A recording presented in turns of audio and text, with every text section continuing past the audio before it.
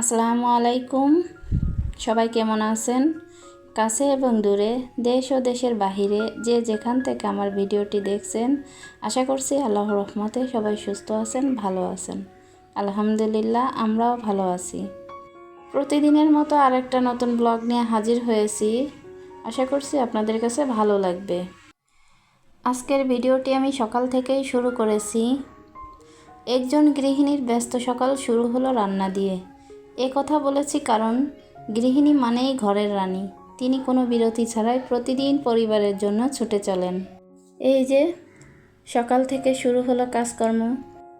নিজের জন্য এক গ্লাস চিয়া সিড ভিজিয়ে নিলাম, 30 মিনিট পর খেয়ে নিব। তাই এখন আমি চিয়া সিডটাকে ভালো করে নেড়েচেড়ে ভিজিয়ে এক সাইডে রেখে দিব। এরপর পরিবারের সবার জন্য নাস্তা তৈরি করে নিব।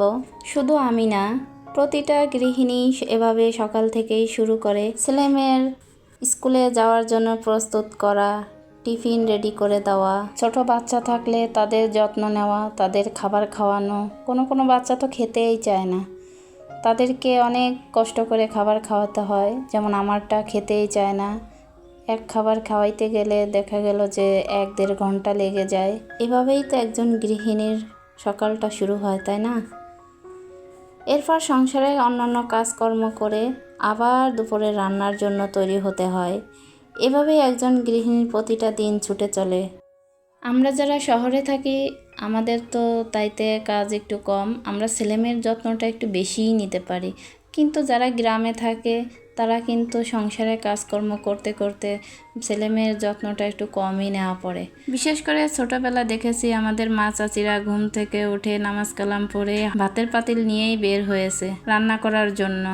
সকালে রান্না করে সবাইকে খাইয়ে দাইয়ে রেডি করে দিয়ে তারপরে আবার যে ফসলটা হয় জমিতে, সেই ফসলটা প্রস্তুত করে ঘরে তোলার জন্য সবাই ব্যস্ত হয়ে পড়ে।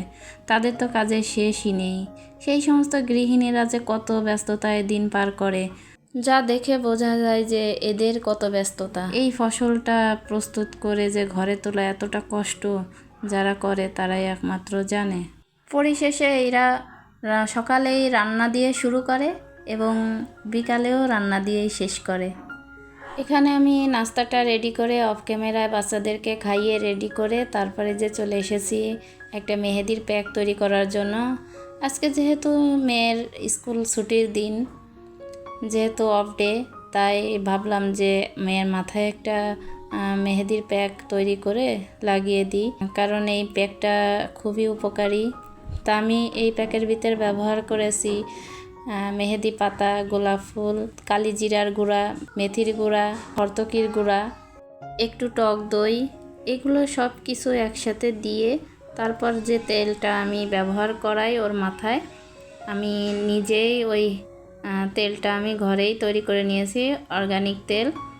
ওইটা ওর এই প্যাকের ভিতরে একটু দিয়ে তারপর আমি প্রস্তুত করে রেখে দিয়েছি গুঁড়াগুলো যাতে একটু নরম হয়, তারপর ওর মাথায় আমি দিয়ে দিব। এরপর আমি কিছু কাপড় চোপড় ছিল আর বেডশিট ছিল, আগের ভিডিওতে দেখেছেন আপনারা। ওই বেডশিটটা আমি তুলে রেখেছিলাম, বৃষ্টির কারণে ধুয়ে দিতে পারিনি। তাই আজ যেহেতু রোদ উঠেছে তাই ভাবলাম যে ওইগুলো একটু ধুয়ে তারপর আমি নেড়ে দিয়ে আসি, তাহলে শুকিয়ে যাবে। তাই আমি ওইগুলোকে ছাদে নেড়ে দিয়ে এই ছাদেই আমার যে গাছগুলো আছে ওইগুলো আমি দেখতে চলে আসলাম। এসে দেখি গাছে সুন্দর ফুল ফুটেছে, যা হোক দেখে আমার খুবই ভালো লেগেছে। অবশ্য আমি জানতাম না যে এইখানে এই কালারের ফুলগুলো আছে, আমি জানতাম শুধু এইখানে সাদা কালারের ফুল আছে। তাই এই কালারের ফুল দেখে আমার খুবই ভালো লেগেছে, যা হোক 2 কালারেরই ফুল আছে। তাই আমি একটু ভিডিও করে নিলাম।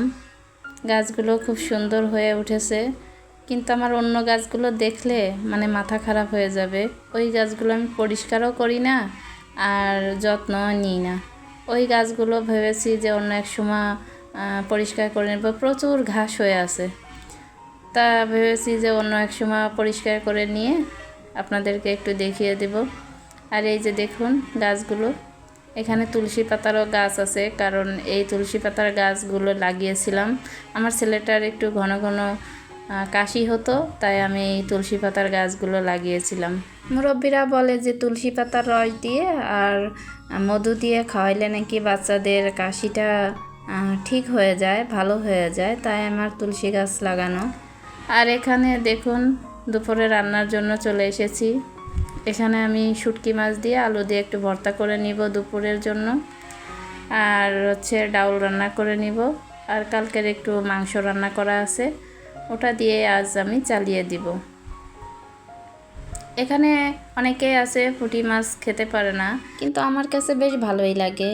আমি কোনো কিছু ভাজি করলে তার ভিতরে দিয়ে ভর্তা করে বিভিন্নভাবে আমি মাছগুলো খেয়ে থাকি, আমার কাছে বেশ ভালোই লাগে। এই মাছগুলো শুকিয়ে আমার ছোটো খালাম্মা পাঠিয়েছে। ওনাদের ওইখানে অনেক পানি হয় প্রতি বছর এই দিনে, বিশেষ করে এই দিনেই বেশি পানি হয়। এখন থেকেই যে খালে বিলে সব জায়গায় পানি হবে, ওনাদের বাড়ির চারপাশে পানি হবে, নৌকা ছাড়া চলা যাবে না। উনি এই মাছগুলো পাঠিয়েছে। তো যাই হোক, এইভাবে ভর্তা করে নিলে গরম ভাতের সাথে খেতে খুবই মজা লাগে। কে কে এইভাবে শুটকি মাছ ভর্তা করে খেতে পছন্দ করেন কমেন্টে জানাবেন। আমার ভিডিওটি দেখতে দেখতে যারা এ পর্যন্ত চলে এসেছেন, প্লিজ একটা লাইক করে যাবেন। অনেকে ভিডিও দেখেন কিন্তু লাইক করতে ভুলে যান, তাই একটা লাইক করে যাবেন প্লিজ, আর একটা হেলদি কমেন্টস করে যাবেন।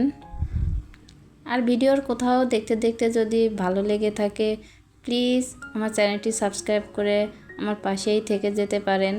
সাবস্ক্রিপশনের পাশে যে বেল আইকনটি আছে ওটাকে বাজিয়ে দিবেন, যাতে আমি কোনো ভিডিও ছাড়ার সাথে সাথে আপনাদের কাছে নোটিফিকেশন চলে যায়। আর যারা অলরেডি এই কাজটি করে দিয়েছেন, আপনাদের সবাইকে অসংখ্য ধন্যবাদ। এখানে আমি সেই মাংসটুকু একটু জাল করে নিচ্ছি, আর এখানে যে ডাউল রান্না করে নিয়েছি, এটা দিয়েই আজকে খেয়ে নিব। যাই হোক, ভিডিওটি এখানেই শেষ করব। দেখা হবে নতুন কোনো ভিডিওতে। ততক্ষণে সবাই ভালো থাকবেন, সুস্থ থাকবেন। আল্লাহ হাফেজ। আসসালামু আলাইকুম।